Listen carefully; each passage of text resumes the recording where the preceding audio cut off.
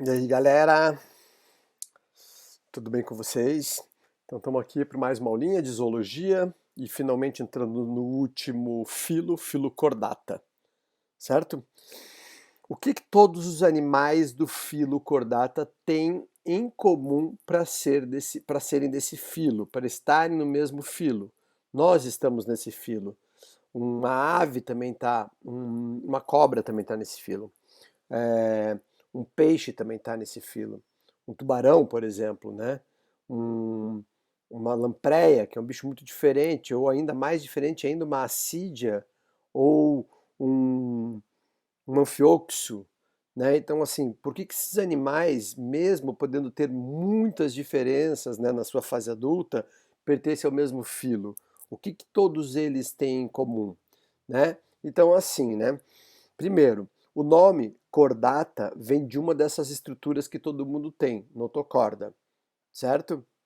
Assim como outros filos, poríferos, têm corpo com poros, quinidários têm quinidócitos, que são células urticantes, plateumintos têm corpo achatado, plate é achatado, euminto é verme, nemato é fio, euminto é verme, de nemateumintos, anelídeo, porque tem o corpo segmentado, né, dividido em anéis, segmentos, artrópodo, arto, articulado, podo, perna, então eles têm pernas articuladas, é, moluscos têm corpo mole, equinodermos têm espinhos na pele, que é o significado do nome, certo? Então, o nome tem a ver com alguma característica comum. Então tá, notocorda. A notocorda é uma estrutura que todos os animais do filo Chordata já tiveram um dia. Alguns, essa notocorda pode persistir a vida inteira, certo? Mas muitas das características, são 4 características, né, que resume todo o filo Chordata. 4 características comuns a todos. Só que dessas 4 características, por exemplo, nós temos apenas uma delas, que é um tubo nervoso dorsal. Todas as outras características desapareceram, certo? Durante o desenvolvimento do nosso organismo.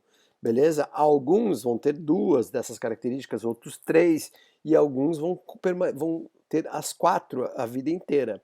Que 4 características são essas? Então vamos lá. Essas são características comum a todos do filo Chordata e só animais do filo Chordata têm. Na fase embrionária eu peguei uma neurula. Então, assim, ó, na fase de neurula, todos os animais do filo Chordata têm essas 4 características. Fendas branquiais, certo? Cauda, que é um prolongamento pós-ânus. Olha onde está o ânus ali no corte longitudinal. Então existe um prolongamento do corpo pós-ânus.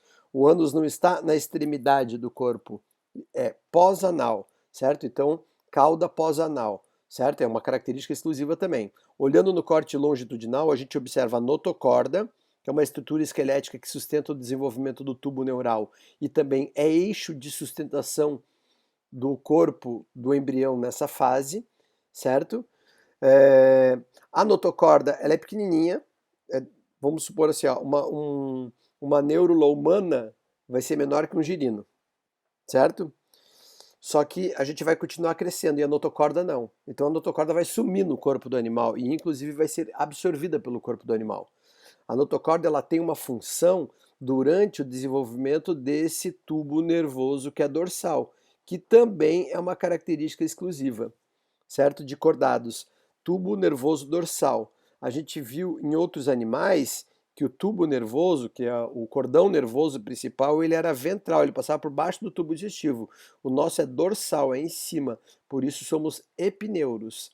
Então, observe aqui, ó, características embrionárias exclusivas. Notocorda, certo? Notocorda. Tubo neural dorsal, né? Somos nós do filo Chordata somos os únicos epineuros. Fendas branquiais e cauda, certo? São características embrionárias exclusivas. Características gerais, que são características que são características do filo Chordata, mas não são exclusivas. Somos triblásticos, só poríferos quinidários, só poríferos e quinidários não são triblásticos, todos os outros são. Poríferos são ablásticos e quinidários são diblásticos.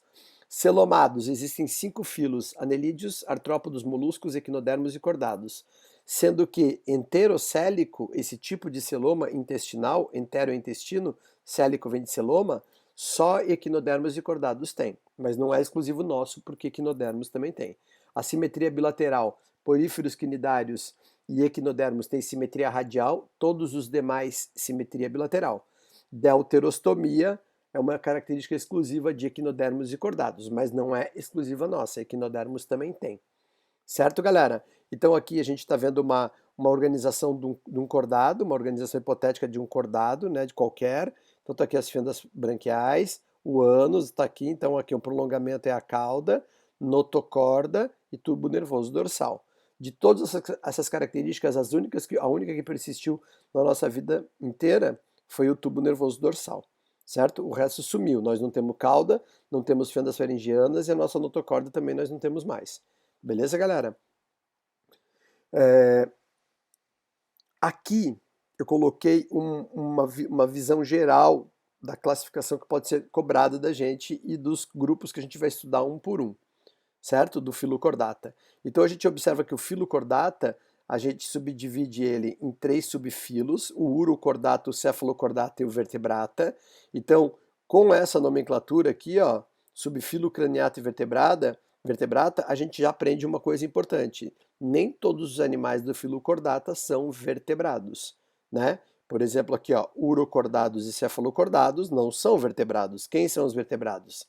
Os vertebrados, tá aqui, ó, subfilo craniata, certo? Urocordados e cefalocordados, devido a não ser vertebrado, são mais primitivos e por isso chamamos de protocordados, que significa cordados primitivos. Beleza? O subfilo craniata, ou vertebrata, é composto da classe Cyclostomata. A classe Cyclostomata, que é atualmente representada pelas lampreias e feiticeiras, foi a primeira. Esse grupo é o grupo mais antigo, né, de acordo com o estudo dos fósseis. Então, o que há de mais antigo de um animal vertebrado são ciclostomados, que significa que eles têm boca circular, ciclo circular, estoma, boca. Ou seja, eles não têm isso aqui, a mandíbula, certo? Então eles têm uma boca circular sem mandíbula. Eles são agnatos, sem mandíbula. Daqui a pouco a gente vai falar desse grupo, tá? E a superclasse Piscis, por que superclasse? Porque olha só, dentro do subfilo são 2 classes que pertencem à superclasse Piscis, certo? Então a gente fez um grupo de classes. Então a gente coloca como superclasse. A superclasse Piscis são os peixes cartilaginosos, tubarões e raias, e os peixes ósseos, que são os demais peixes, né? Então, peixes, com esse nome, peixes, o que a gente conhece por peixes, fazem parte da superclasse Piscis. Se bem que as lampreias e as feiticeiras, que são ciclostomados, são peixes também, só que são peixes sem mandíbula, não entram dentro dessa superclasse aqui, beleza? E a superclasse tetrápoda, daí são aqueles animais que evoluíram, são vertebrados que conseguiram evoluir para fora da água. Então evoluíram para fora. Muitos deles voltaram para a água, né? Como assim? Por exemplo, a gente fala da baleia. A baleia é um mamífero, né? Os primeiros mamíferos eram terrestres, evoluíram diretamente de répteis, que já eram terrestres, que evoluíram de anfíbios, os primeiros répteis, né? Que eram parcialmente terrestres, né? A vida adulta fora da água, porém, eles dependiam muito da água, eles dependiam ainda da água para se reproduzir, para se desenvolver como embrião e nasciam dentro da água e ainda precisavam passar por um estágio larval dentro da água para daí sair, os anfíbios, né? E os répteis foram os primeiros definitivamente terrestres. Bom, enfim, existem répteis que voltaram para a água, tipo tartaruga marinha. A tartaruga marinha não é mais primitiva porque ela estava na água. Não, porque os primeiros répteis eles eram definitivamente terrestres. Alguns se adaptaram ao ambiente aquático, né? Como por exemplo também baleias, golfinhos, né? Então evoluíram de mamíferos terrestres, entende? Voltaram para a água. Beleza, galera? Então tá. Então aqui, ó, superclasse tetrápoda, que tem 4 membros, alguns até perderam os membros, né? Cobra, por exemplo, não tem membros, mas evoluíram de répteis que tinham. Então eles são considerados dentro da classificação tetrápodas, claro, todos os répteis, beleza? Então assim, ó, os anfíbios, os répteis, as aves mamíferos pertencem a essa superclasse tetrápoda. Deixa eu botar isso aqui um pouquinho mais para baixo aqui, ó.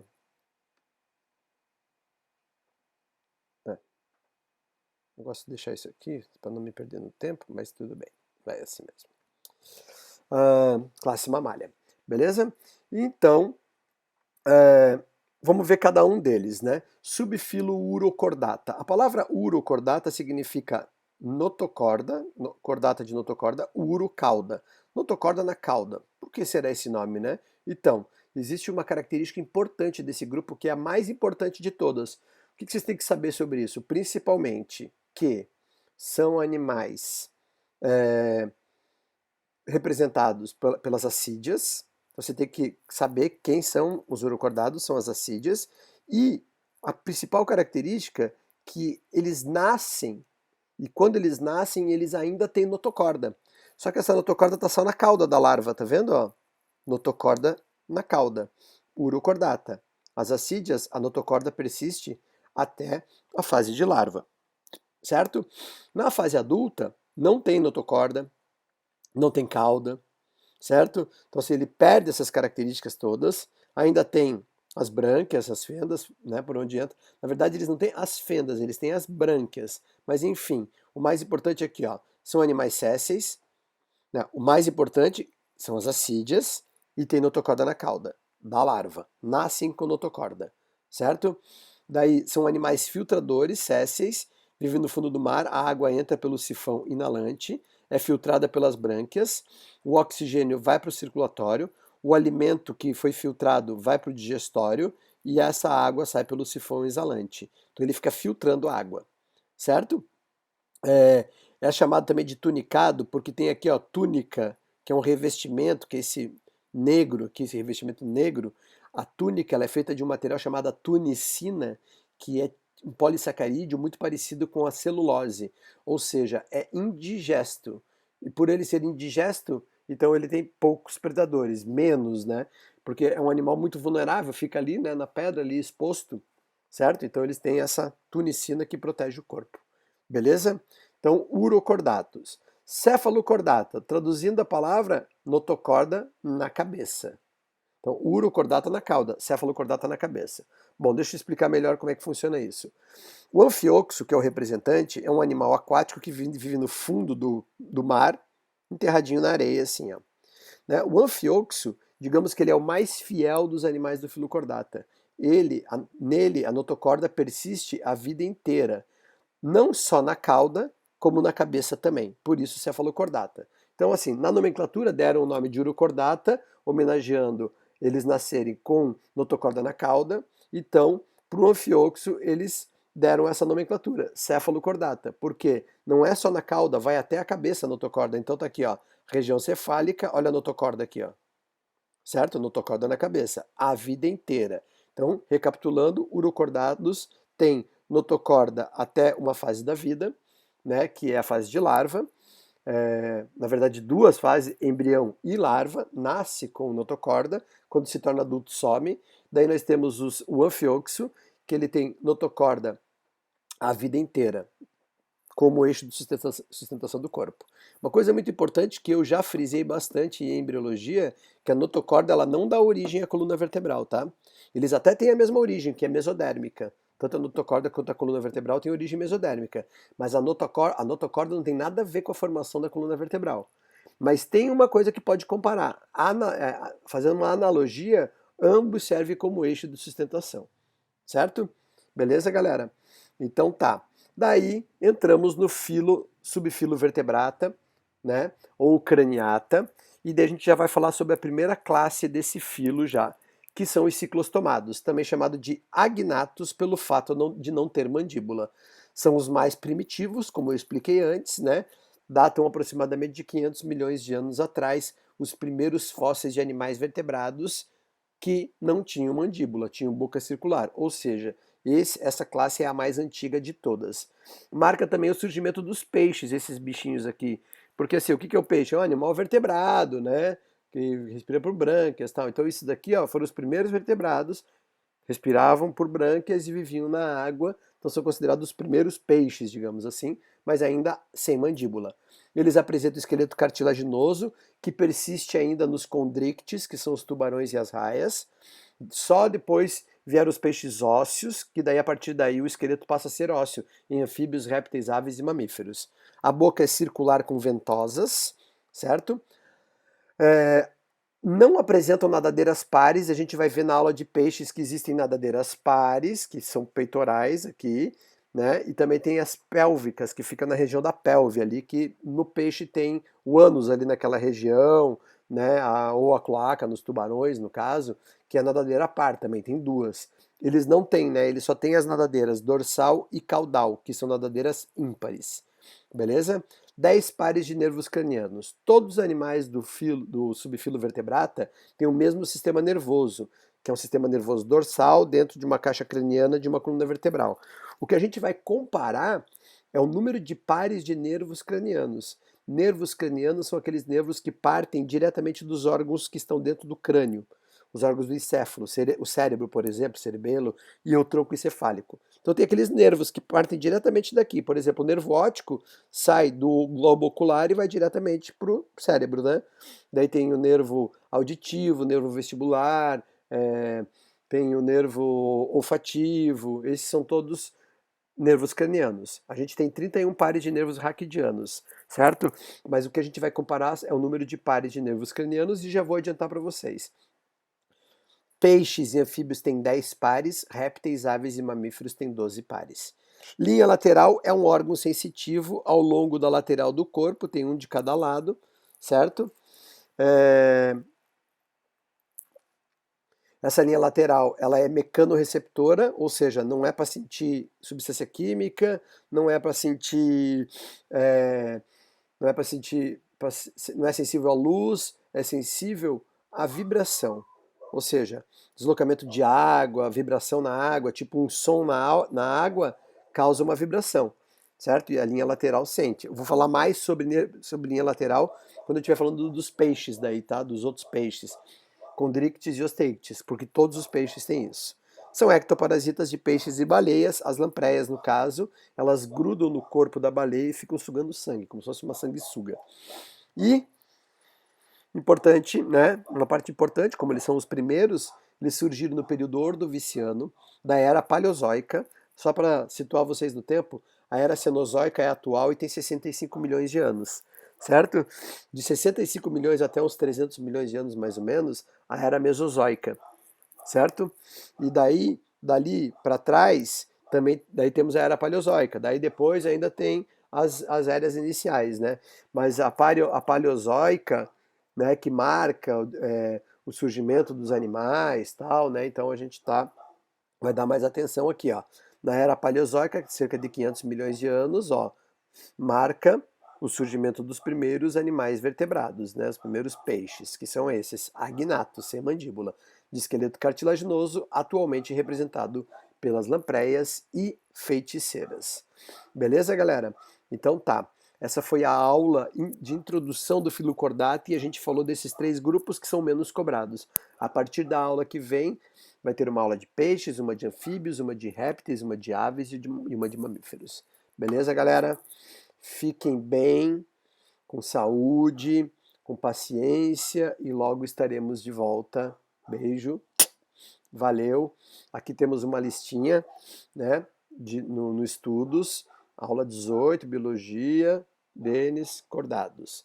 E também marquei algumas questões aqui para quem tem o COCMIL Desk ou o COCMIL UFSC, que fala de cordados e provavelmente essas questões também devem falar de grupos que a gente já viu.